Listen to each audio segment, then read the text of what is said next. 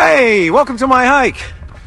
Thanks for joining us. I'm Kevin, and this is Hiking with Kevin. And can I be honest with you? Man, the views up here are absolutely incredible. I hope you're able to handle that honesty. That's what you have to do now. You have to warn people you're going to be honest. Because we live in a world now where people lie, they put a spin on things, and if you don't warn them you're going to be honest, it's a real jolt to the body. You know what I mean? For this show, he's been on 3 or 4 times now. He used to start with some hot chick, but who knows what happened to her. But I got to say that Greg Charles, for years going down to my days in Miami, this guy's been so good to me. And he basically brings all the Carolines acts over. And he reminded me that today, one of our other favorites is Gilbert Gottfried.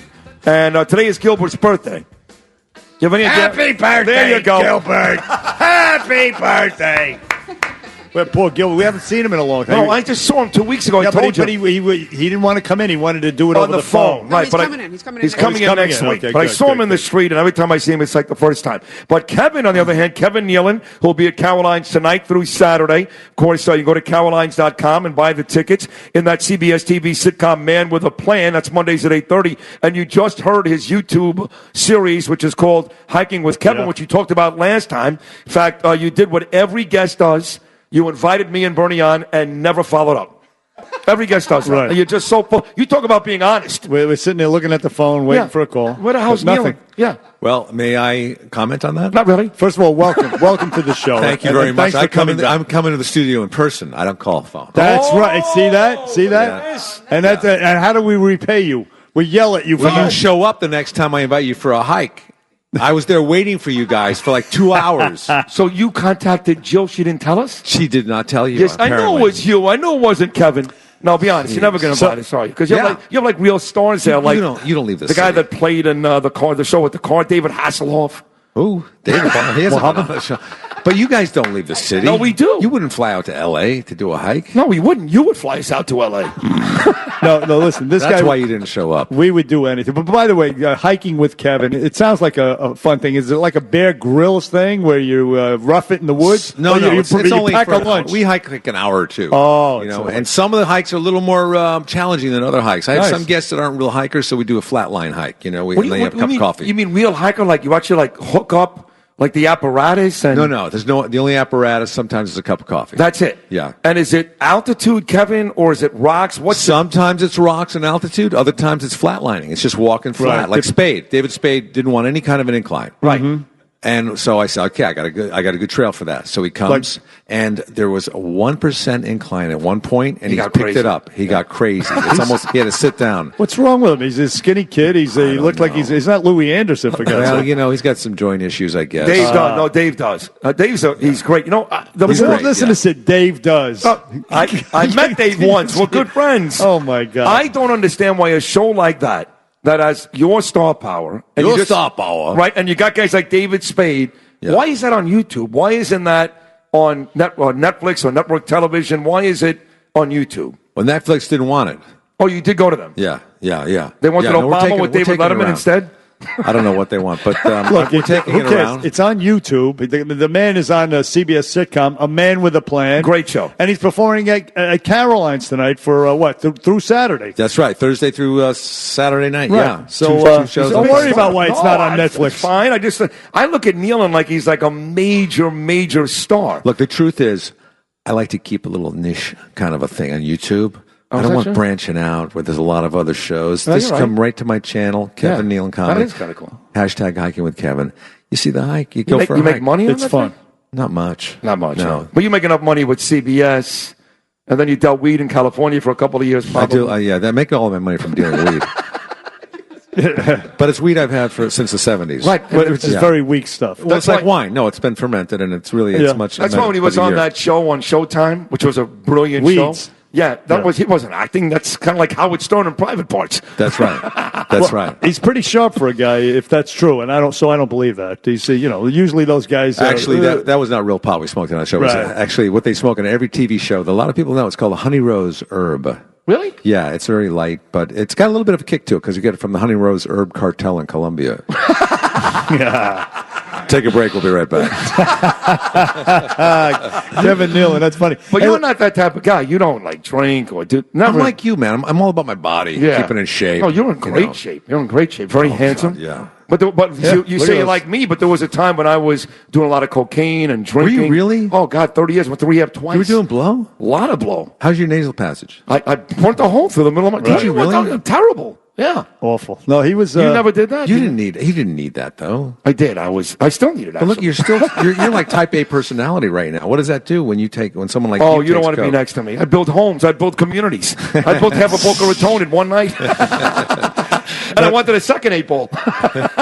No, he was out of his mind. Let's put it that way. Yeah, It wasn't good, but he's good now. Look at him. Yeah. Look at him. He's Listen. so relaxed now and mellow. So, by the way, he goes, I'm so out of my mind. There were nights when Bernie... I was with him. Cutting it up.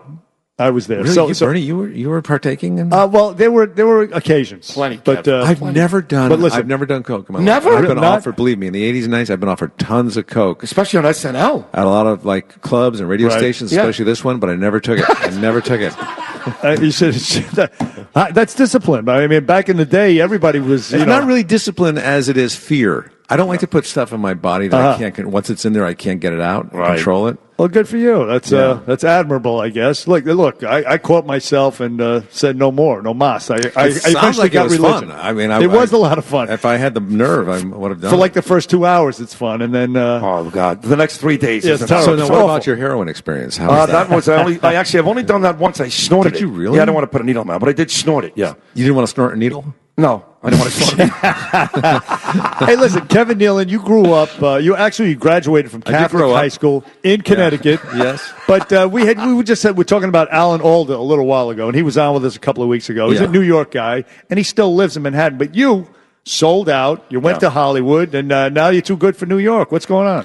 Well, I didn't grow up in New York. I had, I was here during SNL, so I had various apartments. I lived all over the city. Oh, wow. I experimented with every little borough, and I had to move to Los Angeles because my job expired here.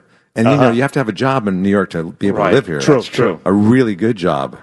Right, exactly. In fact, It's a tough town. when I first got SNL, Lauren Michaels, the producer, goes, spend all your money on an apartment, because that's where you need to go to relax and be comfortable. So I had a place, my best place, and my last couple of years was in the West Village, right by the meatpacking industry. So cool. on Yes, Greenwich yes, Street. yes.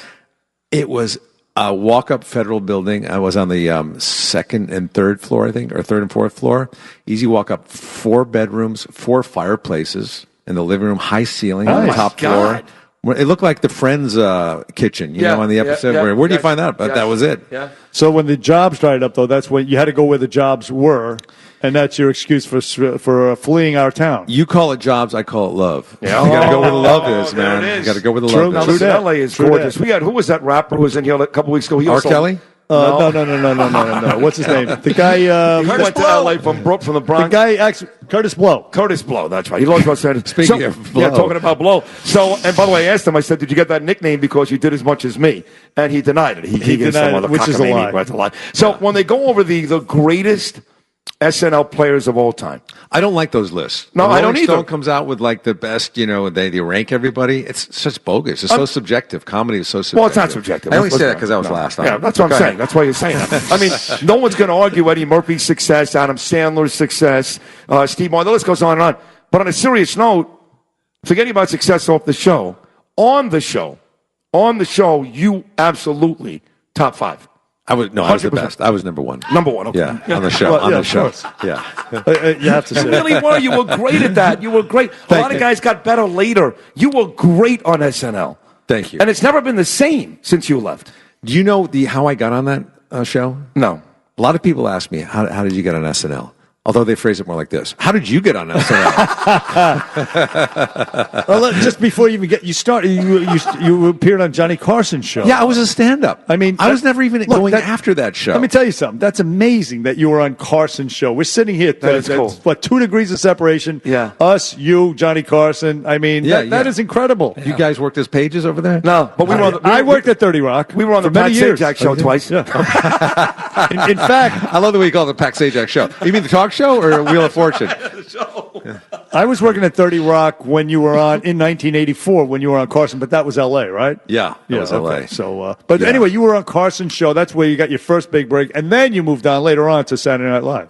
That's right. I mean, the Tonight Show with Johnny Carson, to this day, even after SNL and Weeds, has always been the most exciting thing I've ever done. I would imagine. Wow. Yeah. I mean, to be on that show as a stand-up, because I wanted to be a stand-up. Right. And that was like, once you do that show, it kind of validates you. You're like passing your bar exam. Absolutely. And you sat down with Johnny after? I got a panel afterwards, but I'll tell you, man, I was so nervous going out there.